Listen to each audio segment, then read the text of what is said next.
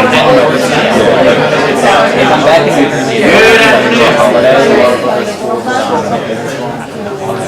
afternoon times two. Thank you. We're getting there. Good afternoon. There we go. Welcome. You know, there's nothing worse than being the last speaker between you guys and the door and me. So I will try to make my remarks as brief as possible, but also to give you the opportunity to ask and, of course, to answer any questions you might have. My name is Christie. I'm psyched to be an adjunct professor here at Georgetown. I teach 3 courses here, 2 of them at court school and 1 at the business school. So I love my class here. I teach a class in the fall called Interest Group Politics, How Washington Works on Either End of Pennsylvania Avenue. In the spring, and I'm currently teaching now, it's a course called Politics, Public Policy, and the Media. And in the spring, I also teach at the business school a course called The Business of Lobbying. So you might gather by my background that either I've been on one end of Pennsylvania Avenue or the other. And so let me just take a moment to explain and share it with you, and then give you a sense of what I do and why I love being here so much. So I came to Washington, D.C. when I was 21, like so many others, and I thought, you know, I'll get that job on the Hill, and then I'll just work for a couple of years, and I'll go to law school, and then, you know, go on with the rest of my life. And Potomac fever has kept me here since 1991. So I've never left. Once you get the bug and the affliction, you just don't want to leave. And I had a great time. I spent 8 years working on Capitol Hill for then Congressman John Kasich, now the governor of Ohio. And then after that, I figured, okay, I've got my law degree at night. I would say to you that the stress level of the course load here, one of you asked earlier, you know, how rigorous is it, how hard is it? If you're willing to put in the time, you're willing to put in the effort, you can have your day job and you can still go to school at night or mix your schedule up and still find that you're going to do rather well. But I'll get to that now that it seems like it's a safe company here. I'll get to that, the grading questions, sort of how I approach it. I then worked for the former governor of Virginia, George Allen, when he was running for the Senate. We won that race. That was awesome, had a great time, and then this is back in 2000, of course, and so my big brother said, if you guys win your Senate race, my wife and I are going to take you with us to Rio de Janeiro for a vacation. I said, giddy up, man, let's go. So we flew down to Rio, and, you know, I can tell you all the things about Rio, but there's a camera back there, so I'll save that for another opportunity. But let me just say, so we came back after 2 days of having fun in Rio, and there was a message at the front desk that my mother had called. And you think, why is my mom so my mom called and she said, there's this guy by the name of Rob Portman who keeps calling, and he said that you need to call him. So then Congressman Rob Portman. So I call him from Rio and I said, RP, what can I do for you? And he said, Ron, there's a recount.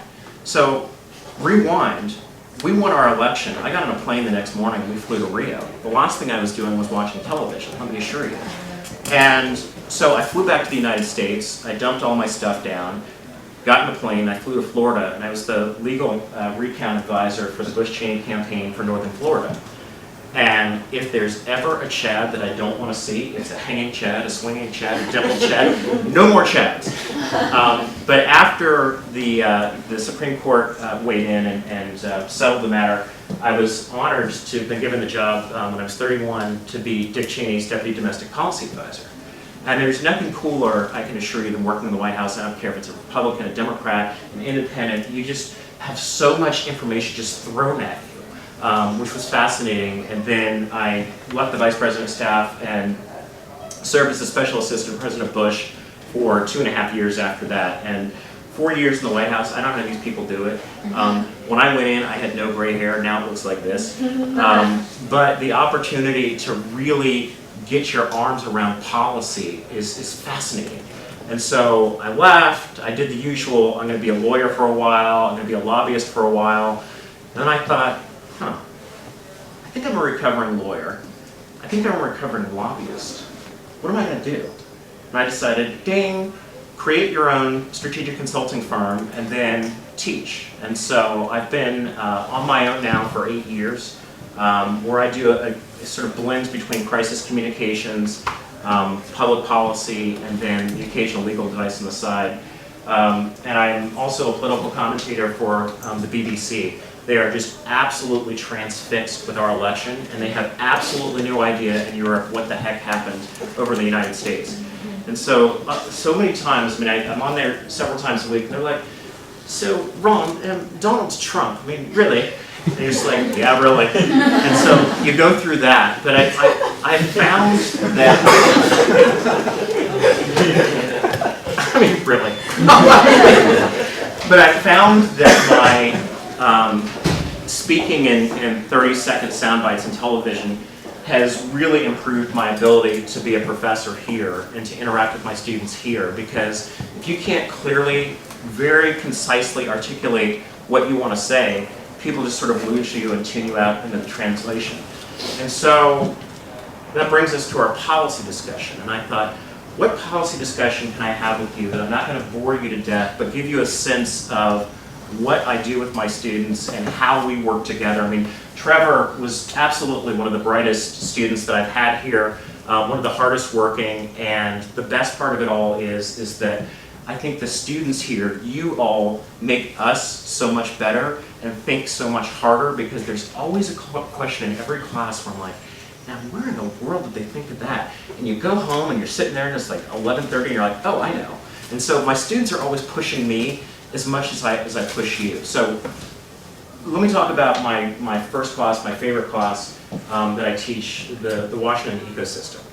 And so for those of you who weren't science majors, I was an English major and avoided the science building at my beloved alma mater at every cost. We learned that an ecosystem is comprised with organisms, comprised of different entities within that ecosystem that live and coexist on a symbiotic relationship in order to survive. And that's what I think Washington, D.C. is, right? And so I'll start on one end, Pennsylvania Avenue, where I first started, which is Capitol Hill. So you have the thousands of staffers, the members of Congress, the members of the United States Senate, the people who are operating in that environment. Who are they? What are they doing? Why are they doing what they're doing? And why does it cost so much of what they're doing? Then you move a little bit further down the road and you come to K Street, where I call sort of the middle of the line, the intersection of academia. How does academia impact what goes on in this town? The think tanks, all of the smart people who are getting paid a ridiculous amount of money to put out papers and to put out policy position briefs, how do they impact what goes on? The media, people like me who get on television and run their mouth and talk about what's going on with what the president said or what's going on with the health care bill. And you move further away, oh, and let us not forget the lobbyists who inhabit K Street, the infamous K Street corridor. And then you wind up at the far end of Pennsylvania Avenue, which is the glorious 18 acres, otherwise known as the White House complex. What goes on in the executive office of the president? Who are the people who work there? What are the jobs that they hold? What do they do? How do they influence policy? And you'll find lobbyists who are hanging out with academicians. You'll find members of Congress going up to the White House to talk to staff, not the president, not the vice president, but to talk to the staff. How are they all operating in this ecosystem? And so what I just outlined to you is what I teach in 14 weeks. And we start with parliamentary procedure on the Hill. What does it mean to have a filibuster? What does it mean when you talk about the Byrd Rule, you talk about budget reconciliation?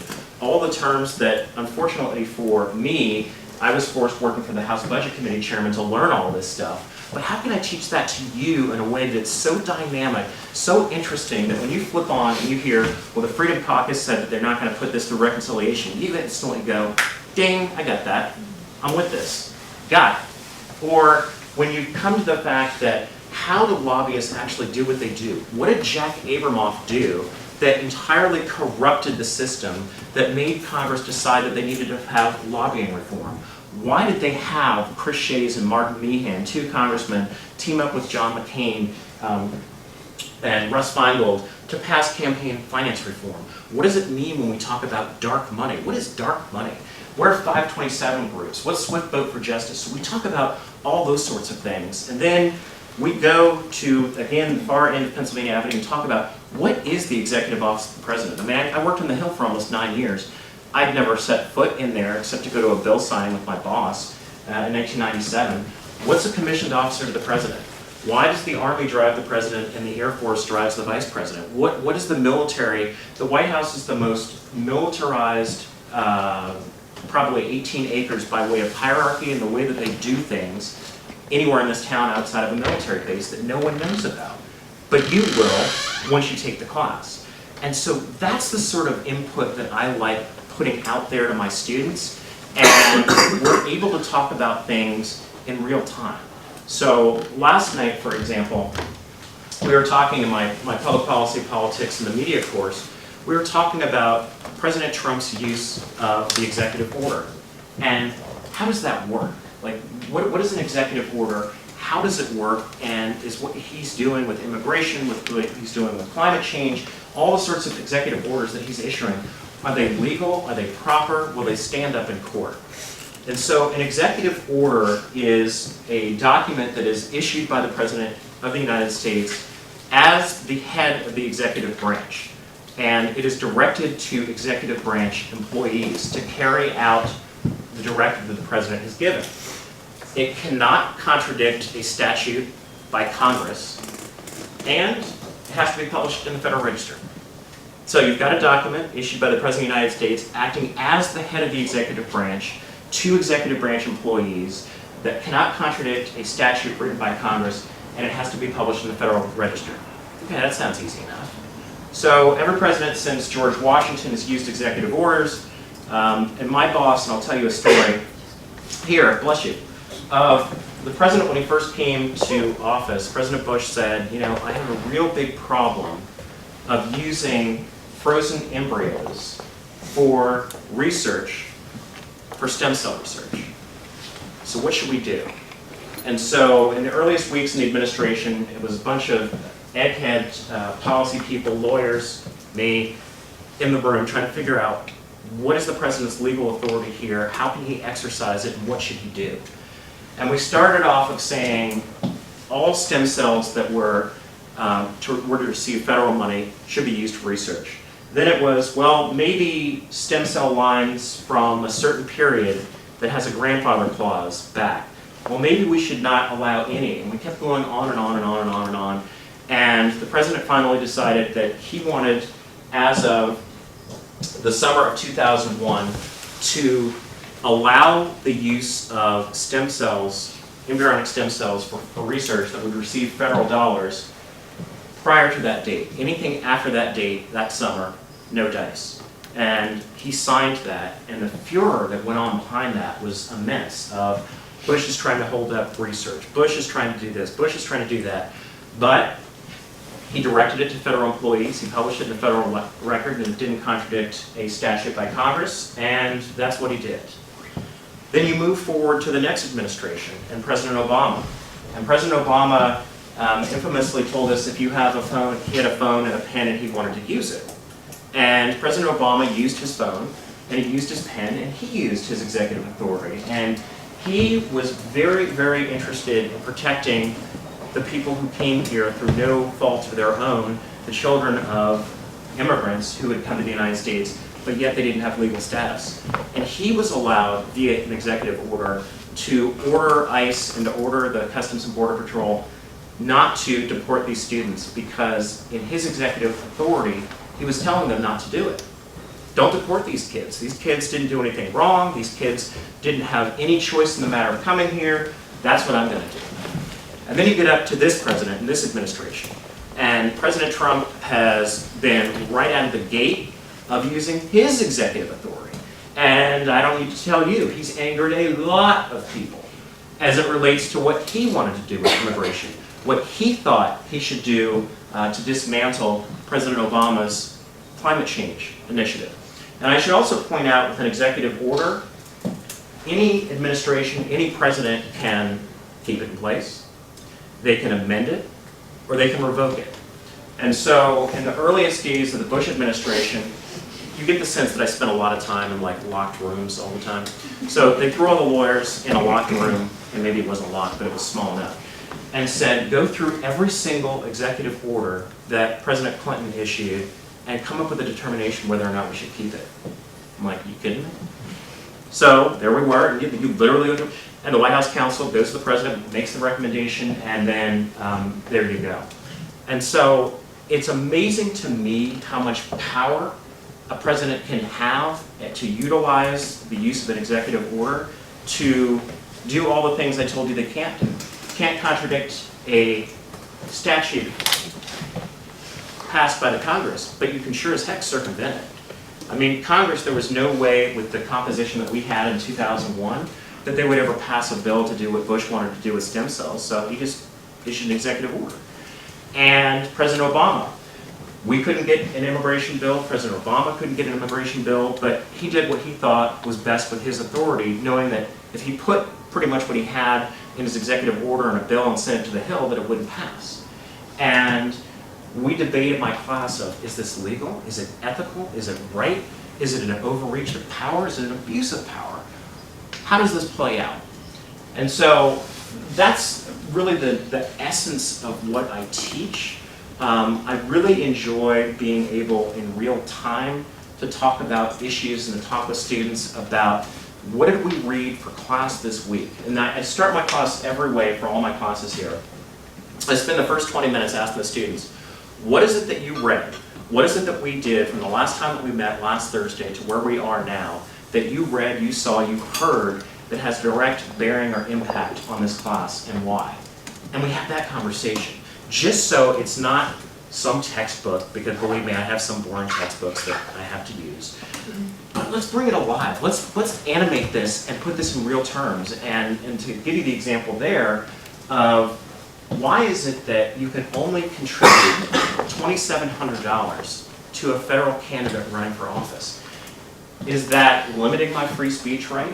Is that proper given some of the abuses that we've had with campaign finance reform in the past? Should it be indexed even more beyond inflation? So it used to be 25, then it's 26. It goes up $100 every 2 years, every election cycle. And it's fascinating to have the discussions of, for example, when you look at the executive order that President Trump issued as it relates to lobbyists. And he said, if you're a lobbyist and you come to my administration, you can't lobby for 5 years. And you are forever banned from representing a foreign government. And I look at this and I think, you know, I'm a lawyer. I lobbied. I represented a foreign government. Is that constitutional? And I would say, is the president improperly infringing upon an individual's ability to make a living? So let me give you an example. So I represented, best client if you can get it, by the way. I represented the premier of Quebec province. And it's Canada, so it's a foreign government. So under the Trump administration, I would be forever banned from representing Jean Charest in Quebec. And what did we do? I learned that Quebec province supplies 25% of the hydroelectric power to the Northeast United States. Never knew that. I never knew that Cirque du Soleil was founded and headquartered in Montreal. Certainly didn't know that. I learned more about Celine Dion, perhaps, than I might have wanted to know. But the point is that you can use the relationship that you have with your client as the premier of Quebec province to be an ambassador for his country as well as an ambassador for his province and do good public policy in the United States and invite, let me assure you, there's nothing better than getting a room full of congressmen when you invite them and say, well, you know, Congressman, if you come, bring your family and we'll have some acrobats from Cirque du Soleil and we'll have a tent set up. Room's packed. But you've got your audience. What are you going to do once you have that audience? How are you going to actually motivate them or interest them to doing what you want to do? And I always steal the line from my old chief of staff, Andy Card, who says, the most noble profession in Washington, D.C. is that of being a lobbyist. People were like, you're out of your mind. He said, the most noble profession in Washington, D.C. is that, of course, is being a lobbyist, because a lobbyist is a good educator. And that's what you learn, is I've learned in my experience from every job that I've had in this town, is that it's about educating people. It's about building coalitions. It's about addition rather than subtraction, and getting more people to come to your side, to see your point of view, to listen to your point of view, to try to build consensus, to try to get legislation drafted, to try to get the president to sign it, to try to get the ball rolling. And That, ladies and gentlemen, is what this is all about. And that's why I love Georgetown so much. It is just remarkably close to everything in this town. And I think you heard from the last panel that DC is sort of a hybrid of a whole bunch of different neighborhoods. But Georgetown, you have a strong sense of community here, particularly in the McCourt School, where it's relatively small. People know each other. People hang, I mean, if this weren't set up for you all, you'd find students lounging in these chairs, hanging out, typing, sitting in the windowsill, hanging out, and there's just a sense of buzz or a vibe here that I haven't seen anywhere. I mean, I taught at my alma mater, Haverford College. I teach undergrads at NYU here in DC, but the McCourt School and the business school has a hum, a vibe, a just awesome feel to it that I think you would really enjoy, and you could see yourself very comfortable in this environment. So let's talk about grading.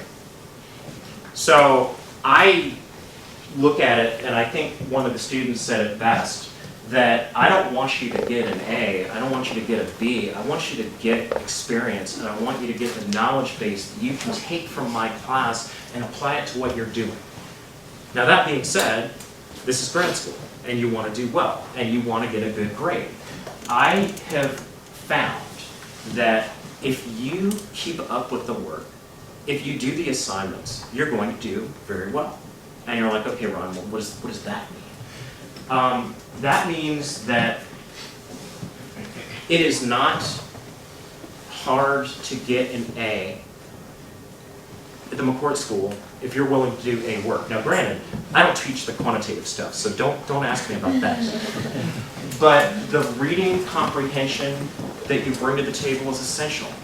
The ability to articulate very clearly, very concisely in your written assignments of the tasks that you've been assigned.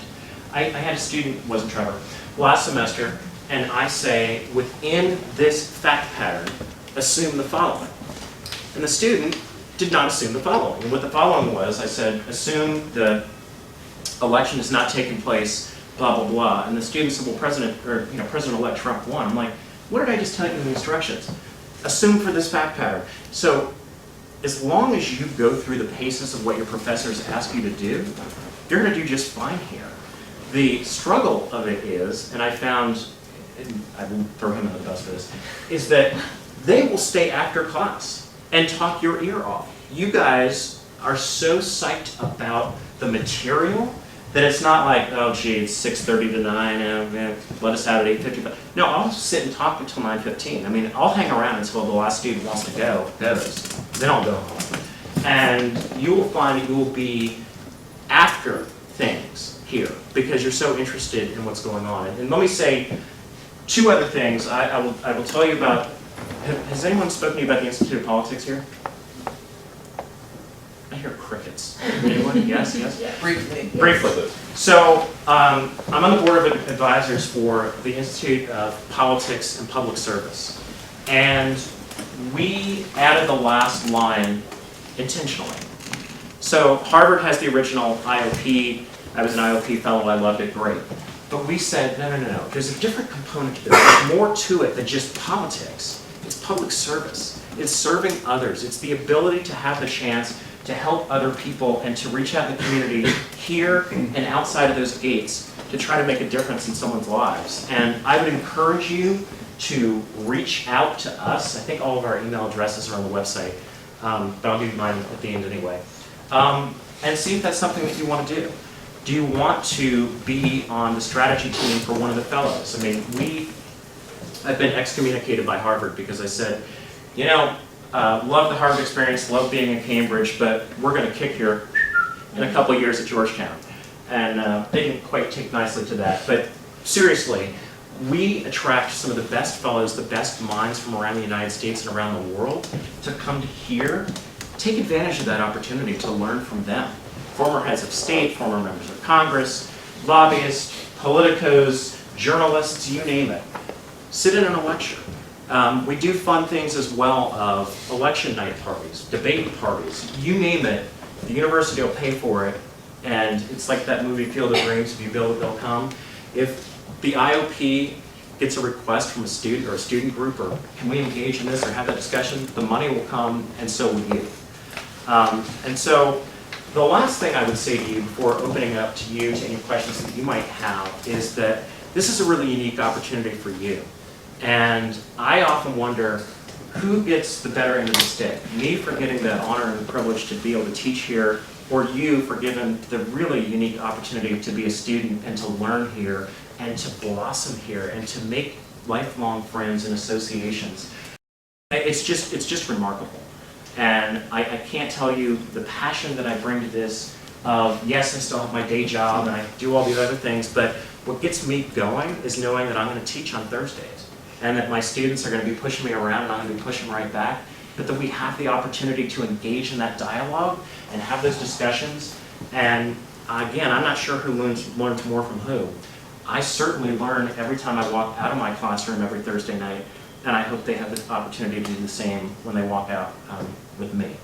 So with that, I appreciate your interest in McCourt School. I appreciate your interest in Georgetown, and I would enjoy and welcome any questions or comments, no criticism, that you might have.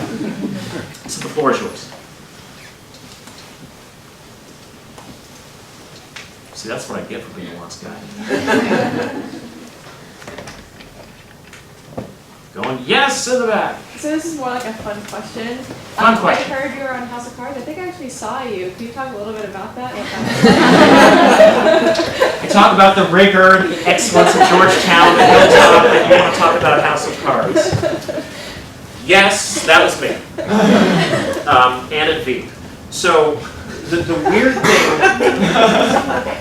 weird thing here is that one of my friends was a lobbyist, and he went to UCLA as an undergrad, and he got fired.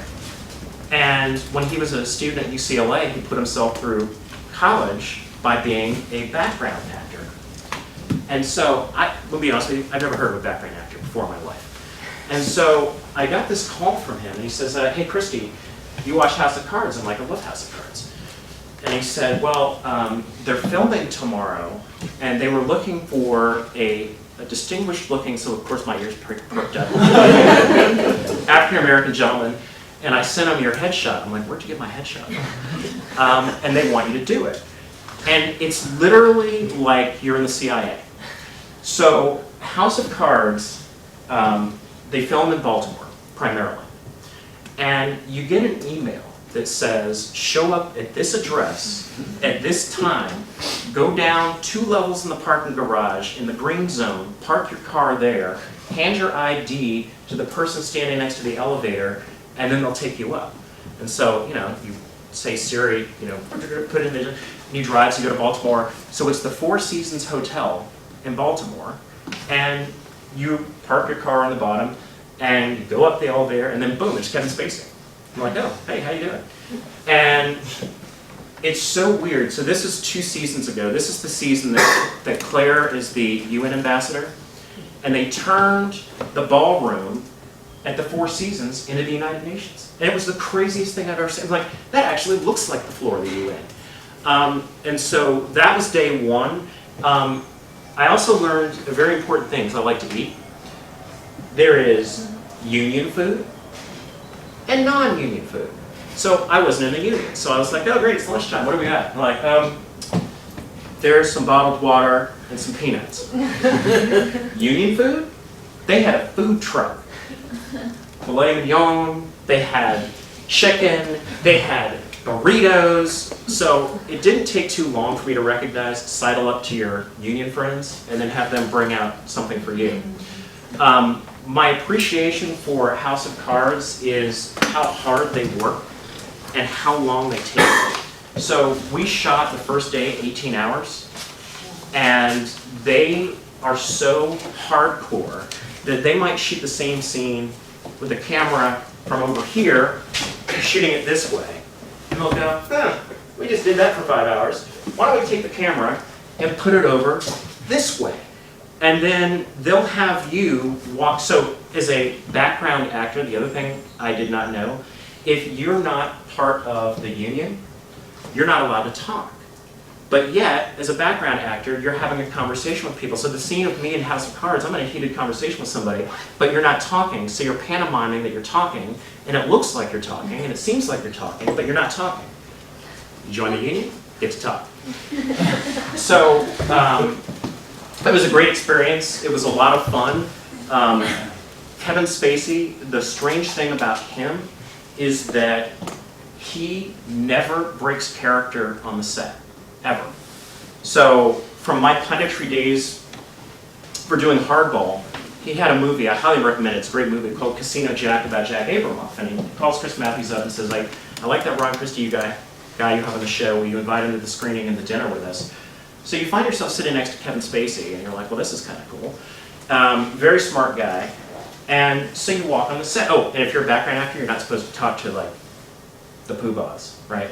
So you walk on, and in his perfect Frank Underwood voice, he goes, Ron, good to see you, blah, blah. And then the producer comes like, you're not supposed to talk. He's like, I know him, and I'm the president. It was really kind of fun. And so I give my hats off to those who act, because I've never done this before. Veep was, that's the other thing when I said the CIA. They make you sign 3 non-disclosure agreements. 1, that you won't reveal anything of the plot that you saw. 2, that you won't reveal any of the people that you saw. Or 3, that you won't talk about it. It's almost like Fight Club. It's like why do I need to sign this 3rd one? Like, didn't the first 2 take care of it? But it's nice. I like getting royalty checks. It's fun. But my wife told me to keep my day job.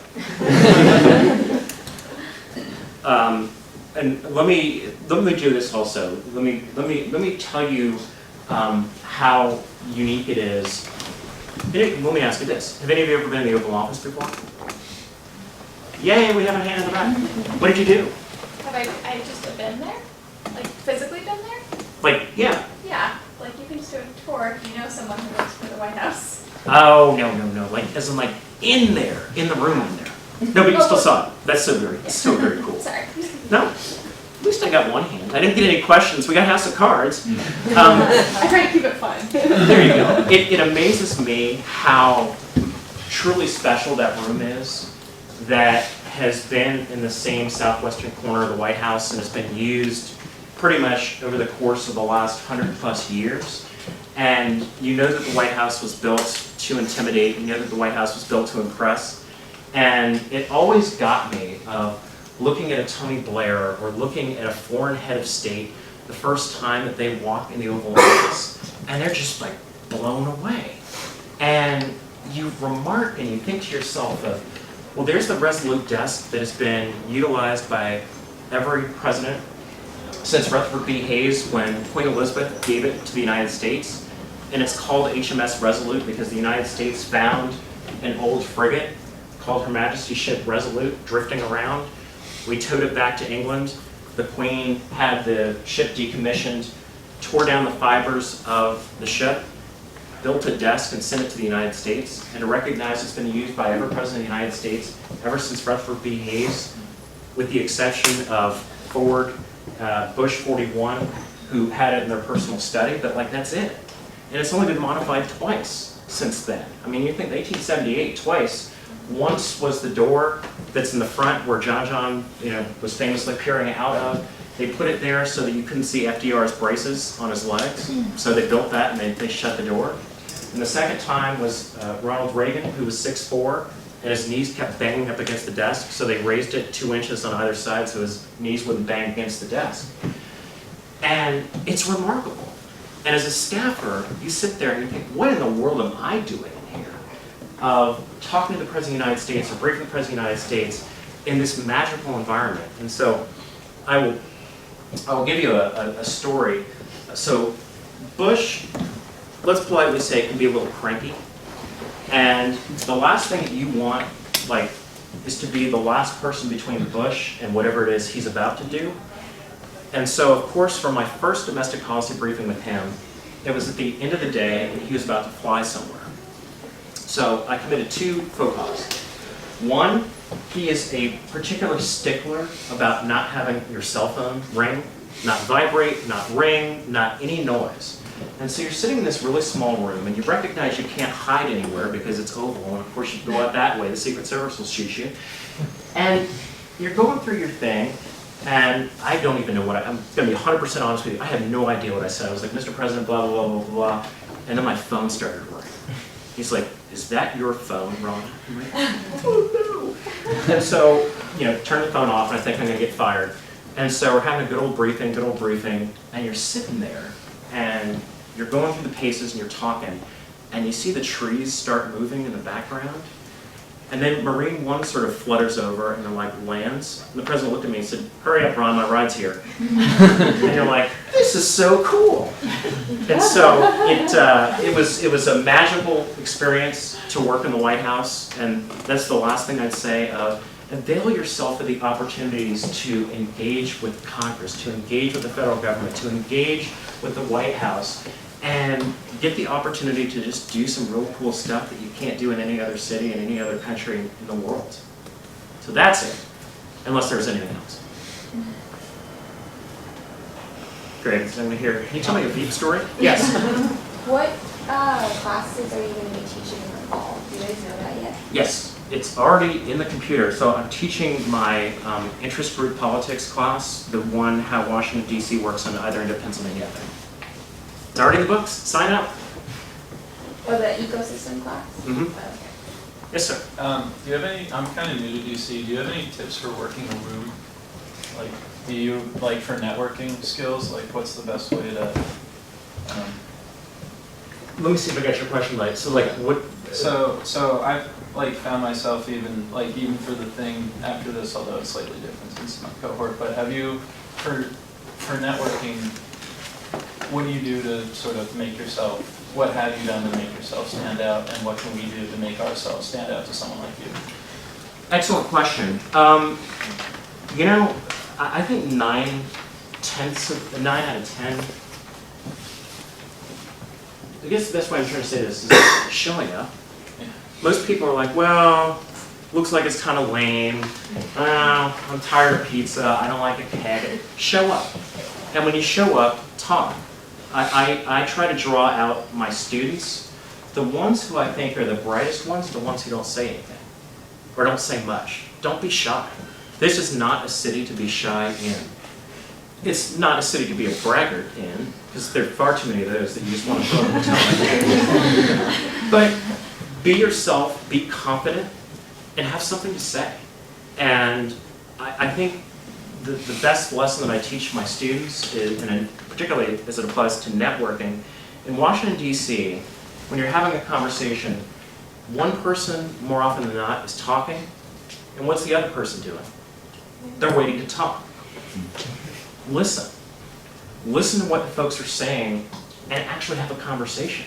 It drives me nuts when people come and say, can you give me job skills advice, can you do this? And you can see them, I'm talking, I'm like, you're just waiting to talk.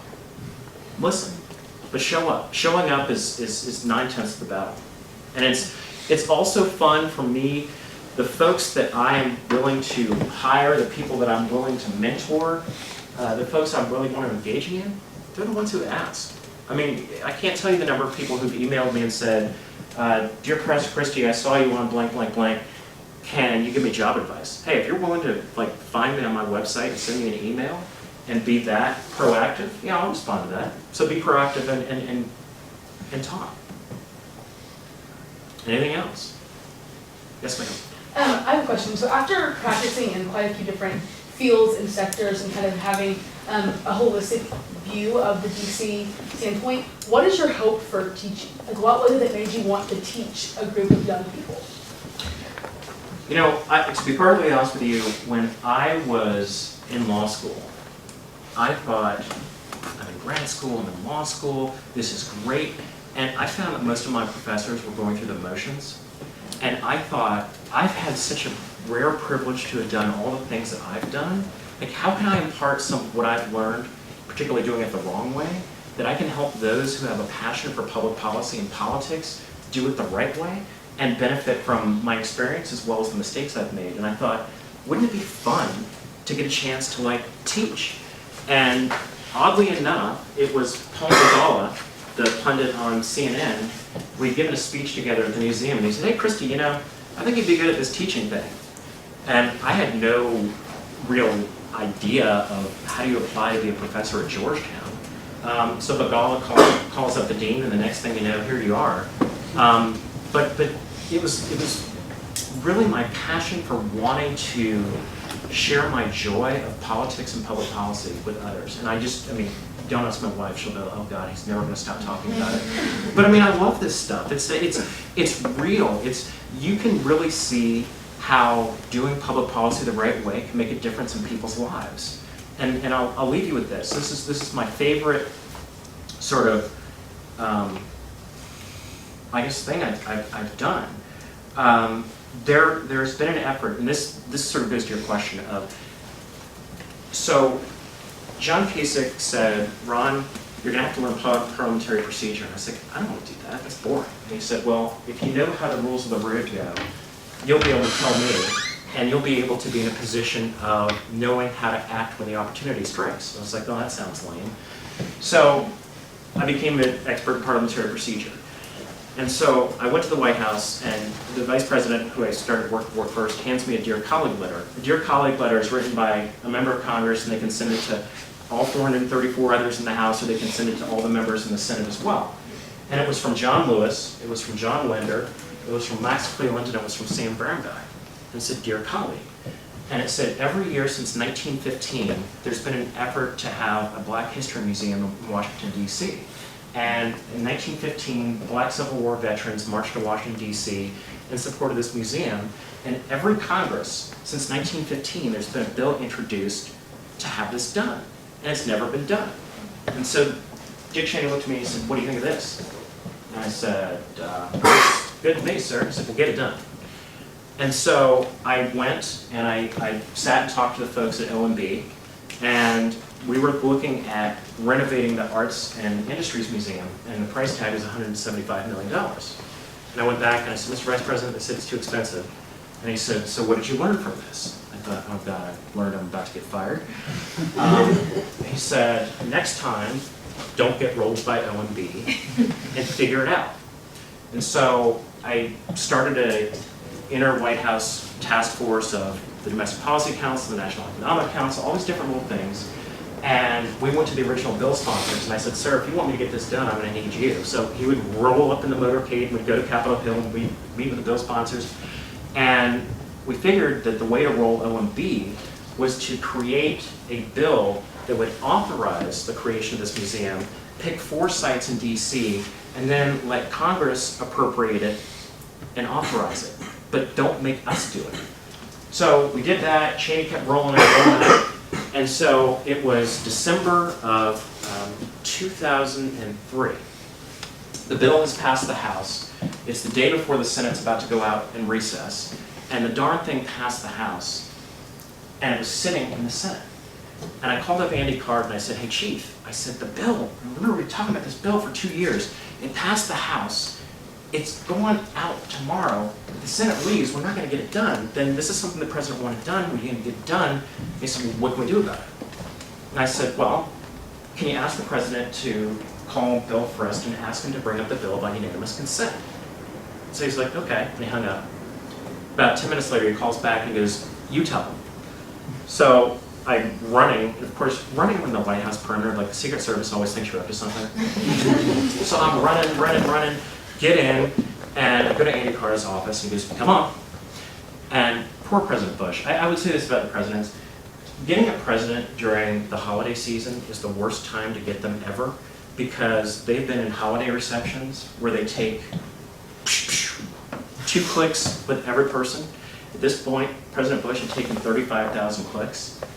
And so I walked in the Oval Office, I'm like, in the Oval Office, I'm going to talk to the President, we're going to get this done. And he looked at me and goes, Ron, what the hell do you want? And I said, good afternoon, Mr. President. I said, sir, the African American History Museum, yeah, what?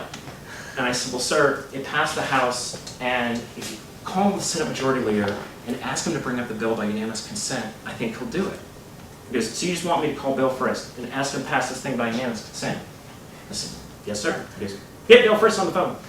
So, gets Bill Frist on the phone and he goes, yeah, my guy here's telling me you can bring up that Black History bill thing by unanimous consent. Can you do that for me today? You will? Thank you. Bye. Click. Boom. December 16th, 2003.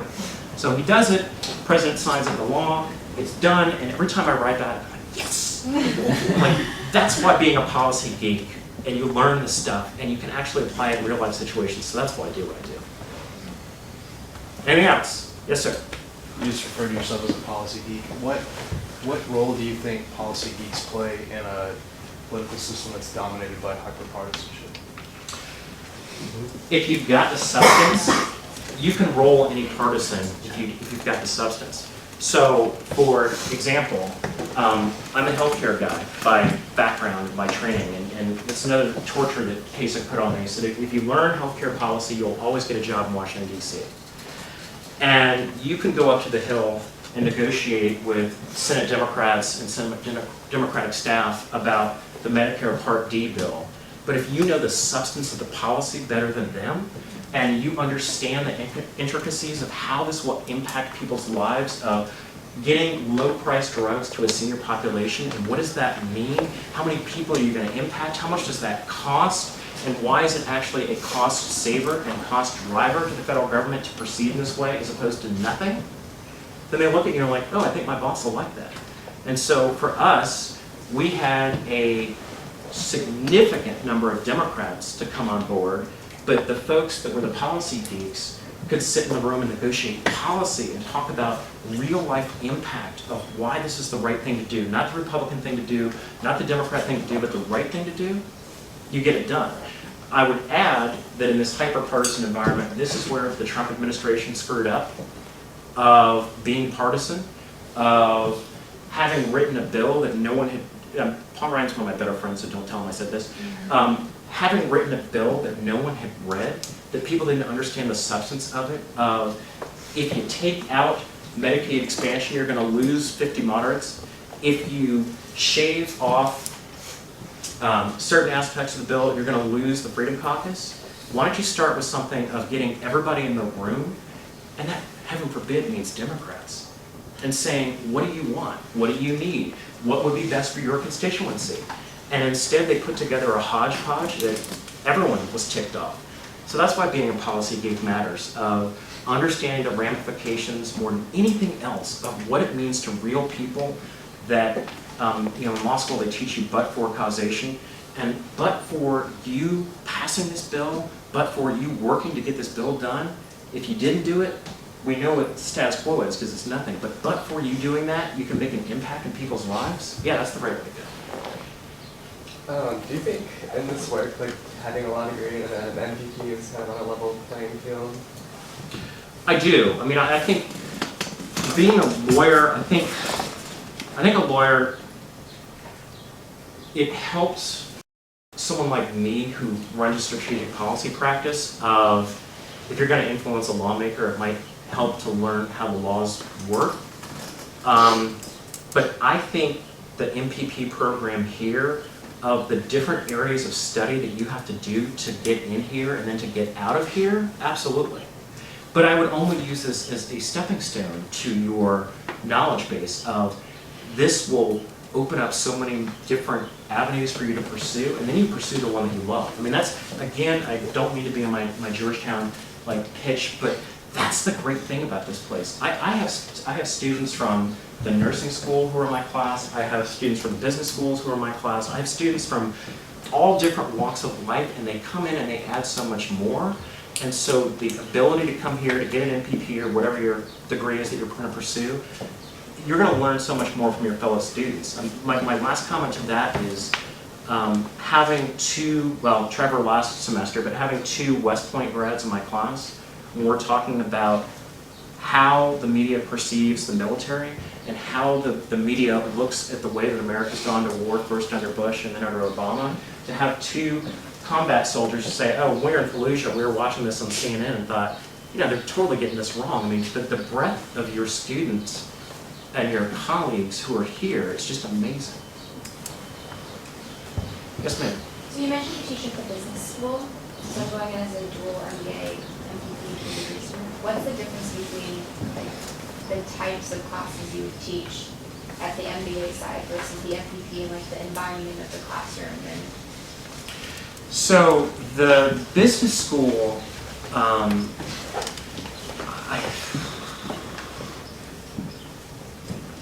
looking at the red light back there. I'm like, how do I say this, but the business school is a lot more intense than Okay. this place. I mean, they're pretty hardcore. I mean, like really, really, really, really intense. And everything that we've said about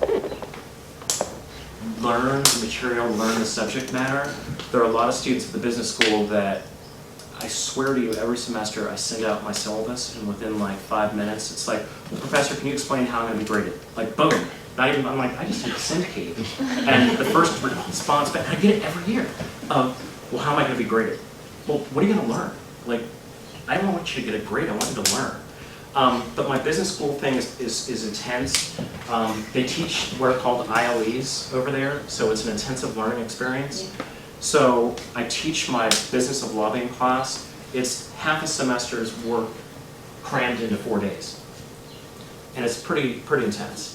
But the students are so remarkably bright and driven that it makes it a joy to teach that. I mean, to contrast the difference between the McCourt and the business school, you all are just sponges that are looking to like take everything in and learn for the sake of knowledge.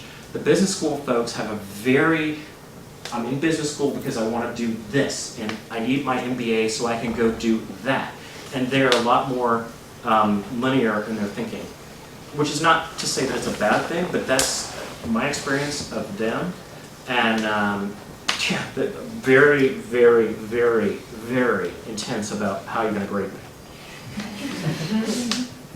If you get the idea. Yes, ma'am. If we want to focus on local policy, like urban policy, is DC a good place to study? Oh, absolutely. This place, you want to talk about the Washington ecosystem. The intersection between what the federal government is responsible for and what the DC City Council and the mayor is responsible for, it's amazing. So to give you an example, so they passed a statute, DC Council, that the DC mayor signed that allows you can't sell pot, but you can grow it in your house and you can use it, but you can't sell it. And so they passed the statute, the mayor signs it, everyone thinks, great, we can light up. And then Congressman Jason Chaffetz says, well, wait a second. DC is the federal government city, not its own little entity. I think I'm going to put a rider on that strips out DC's ability, even though they passed a statute, to do what they just did. And so the intersection between the federal government and the city government in DC for urban studies, I mean, this place is off the charts. So my, here's my email address here, I was just thinking, it's ric9